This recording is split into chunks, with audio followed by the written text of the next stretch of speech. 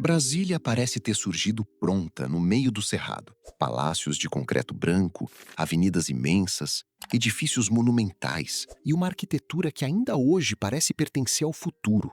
Nos livros de história, três nomes costumam ocupar o centro dessa conquista: Juscelino Kubitschek, o presidente que decidiu construir a nova capital; Lúcio Costa, o urbanista que desenhou o plano piloto; e Oscar Niemeyer, o arquiteto responsável por suas curvas mais famosas. Mas Brasília não nasceu de um decreto, não saiu pronta de uma prancheta, e não foi construída apenas por presidentes, arquitetos e engenheiros. Para transformar aquele projeto em realidade, cerca de 60 mil trabalhadores atravessaram o Brasil em direção ao Planalto Central. Homens que deixaram suas famílias, viajaram por estradas precárias, viveram em barracos e trabalharam até o limite para erguer uma cidade inteira em menos de 4 anos. Eles ficaram conhecidos como candangos. E embora tenham construído a capital do futuro, muitos precisaram lutar para não serem expulsos dela assim que as obras terminaram. Esta é a história dos brasileiros anônimos que levantaram Brasília do chão. A ideia de levar a capital brasileira para o interior era muito mais antiga que o governo de Juscelino Kubitschek. Desde o século XIX, políticos e intelectuais defendiam que o centro administrativo do país deveria sair do litoral. A mudança ajudaria a ocupar o território, estimular o desenvolvimento do interior e integrar regiões que permaneciam distantes umas das outras. A Constituição de 1891 chegou a reservar uma área no Planalto Central para a futura capital. Mas durante décadas, a proposta permaneceu apenas no papel. Isso começou a mudar na campanha presidencial de Juscelino Kubitschek. Eleito em 1955, JK assumiu o governo prometendo acelerar o desenvolvimento brasileiro com o lema 50 anos em 5. Seu plano incluía a construção de estradas, usinas, indústrias e grandes obras de infraestrutura. Brasília seria a meta-síntese, o símbolo de um Brasil moderno, industrializado e capaz de ocupar o próprio território. Em 1957, o projeto de Lúcio Costa venceu o concurso para o plano piloto. O desenho organizava a cidade a partir de 2 grandes eixos. Em um deles ficariam os ministérios, os palácios e os principais edifícios públicos. No outro, as áreas residenciais, planejadas em superquadras cercadas por espaços verdes.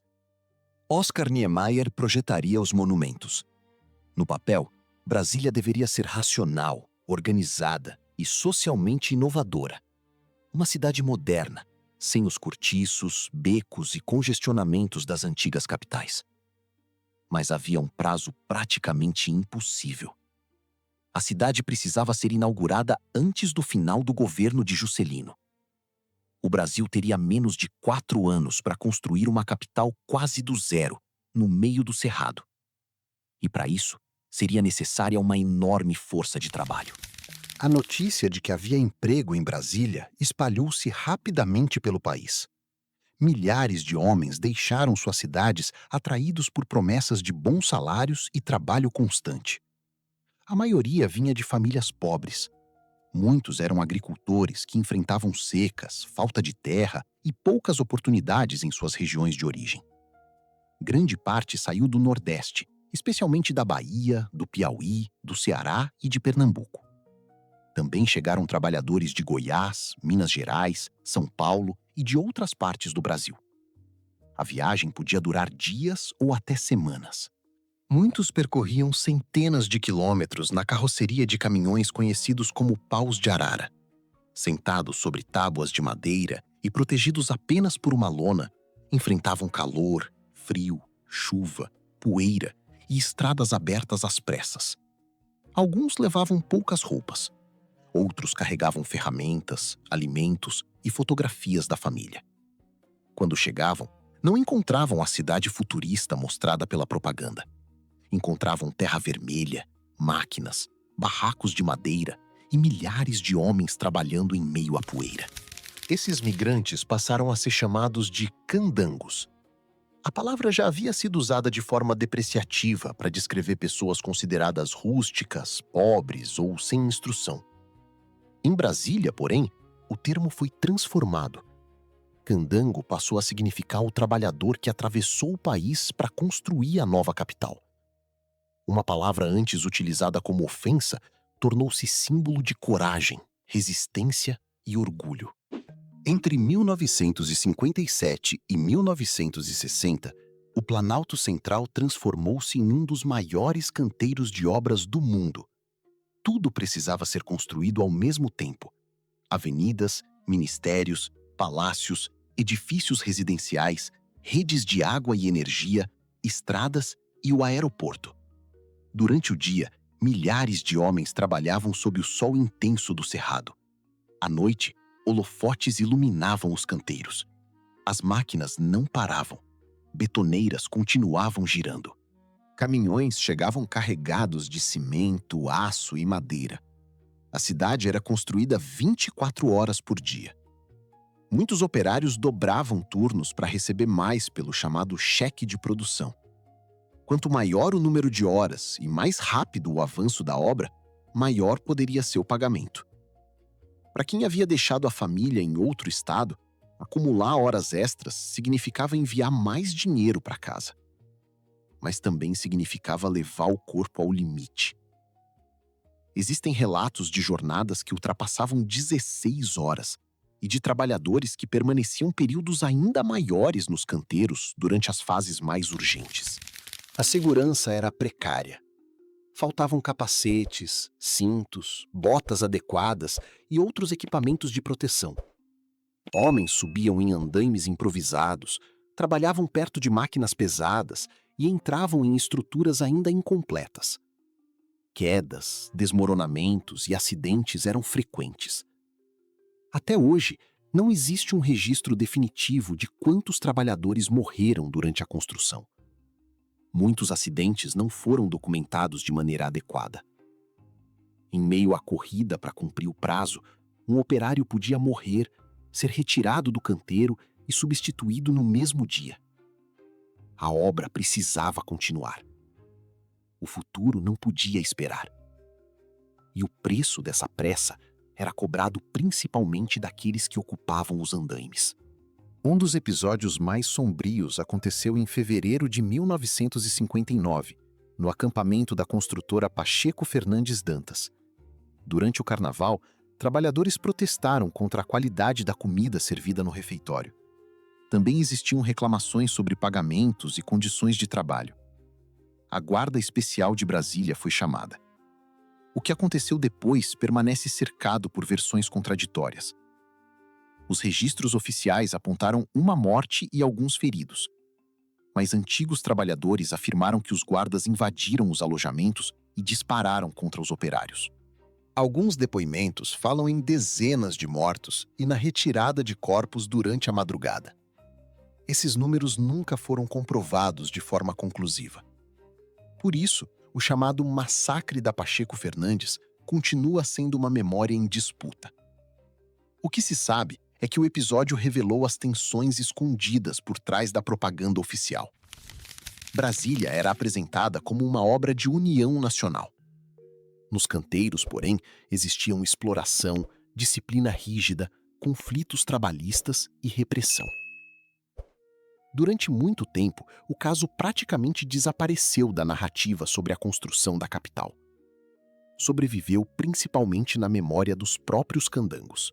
Enquanto a Brasília monumental surgia no plano piloto, outra cidade crescia ao redor das obras. Uma cidade feita de barracos, alojamentos, pensões, oficinas, bares e ruas de terra. Seu principal centro era a Cidade Livre, atual Núcleo Bandeirante. O local foi criado para oferecer comércio e serviços aos trabalhadores. Como os estabelecimentos funcionavam temporariamente sem pagamento de impostos, o núcleo recebeu o nome de Cidade Livre.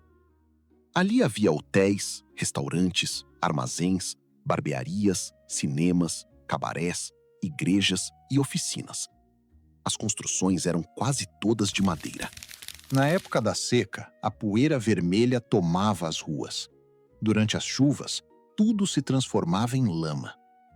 Era na Cidade Livre que os candangos gastavam parte do salário, recebiam notícias de casa e encontravam pessoas de suas regiões. Músicas, alimentos, festas e tradições de diferentes partes do Brasil misturavam-se naquele território improvisado. Também surgiram comunidades, como a Vila Planalto e a Vila Amauri. A Vila Planalto foi formada por acampamentos de empresas que trabalhavam na construção dos palácios. A Vila Amauri, por sua vez, acabou desocupada e submersa com a formação do Lago Paranoá. Enquanto os edifícios oficiais eram feitos para durar, as casas dos trabalhadores eram tratadas como estruturas temporárias. Mas dentro daqueles barracos existiam famílias, amizades e comunidades inteiras. Em 21 de abril de 1960, Brasília foi oficialmente inaugurada. A cidade recebeu autoridades, diplomatas, jornalistas e convidados de diferentes partes do mundo. Houve missas, desfiles, festas e discursos celebrando a vitória da modernidade brasileira. Juscelino Kubitschek havia cumprido sua promessa. Os palácios estavam de pé. O Congresso Nacional dominava a paisagem. E o centro do poder havia sido transferido para o interior do país. Durante as celebrações, os candangos foram apresentados como heróis nacionais. Mas, terminada a festa, surgiu uma pergunta: o que aconteceria com eles? Grande parte dos acampamentos havia sido criada como estrutura provisória. O planejamento previa que muitos trabalhadores voltariam para seus estados ou seguiriam para outros canteiros. As construções de madeira seriam demolidas. As áreas próximas ao plano piloto seriam reorganizadas. Mas os candangos não eram mais uma mão de obra passageira. Muitos haviam trazido esposas e filhos, criado negócios, construído relações. Brasília já era sua casa. Os trabalhadores que ergueram a capital passaram a lutar pelo direito de continuar vivendo nela. Antes mesmo da inauguração, o governo começou a transferir comunidades populares para áreas distantes do plano piloto. Em 1958, foi criada Taguatinga. Depois vieram outros núcleos, como Sobradinho e Gama. Essas cidades receberam principalmente trabalhadores e famílias que não encontravam espaço na região central.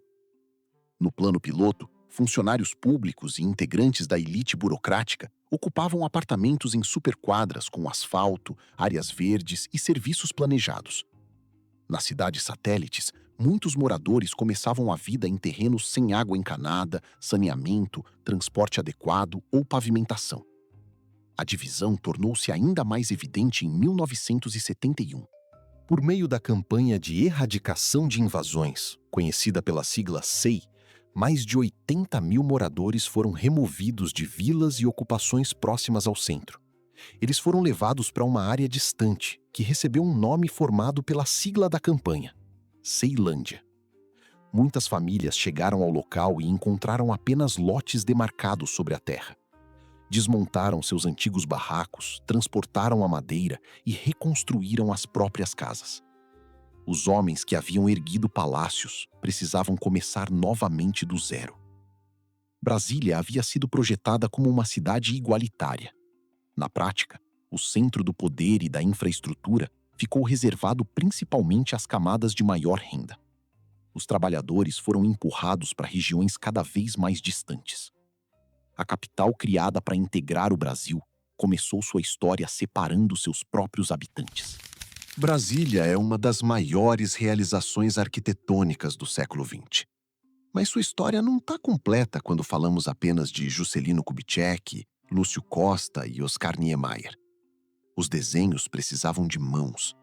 As maquetes precisavam de trabalhadores. As curvas de concreto precisavam de homens dispostos a enfrentar jornadas brutais para que a cidade fosse inaugurada no prazo. Foram os candangos que abriram as fundações, levantaram os pilares, montaram os andaimes e trabalharam durante a madrugada sob a luz dos holofotes. Muitos nunca tiveram seus nomes registrados. Não receberam apartamentos nas superquadras e foram afastados dos monumentos que ajudaram a construir. Ainda assim, permaneceram. Transformaram acampamentos em bairros. Criaram Taguatinga, Ceilândia e outras cidades que hoje formam a verdadeira vida urbana do Distrito Federal. Levaram para o Cerrado os sotaques, as músicas, os alimentos e as tradições de diferentes regiões do país. Na Praça dos Três Poderes, diante do Palácio do Planalto, existe uma escultura criada por Bruno Jorge. Seu nome oficial é Os Guerreiros, mas quase todos a conhecem como Monumento aos Candangos. São duas figuras altas e magras, de pé no centro do poder brasileiro. Elas não possuem rostos definidos, não representam pessoas específicas. Representam milhares de brasileiros anônimos.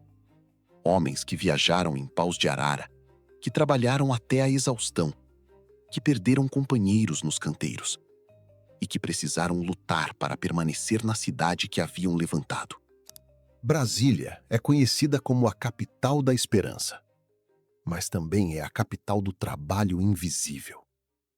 Uma cidade planejada por grandes nomes, construída por mãos anônimas e dividida entre aqueles que ocuparam seus palácios e aqueles que foram enviados para longe deles.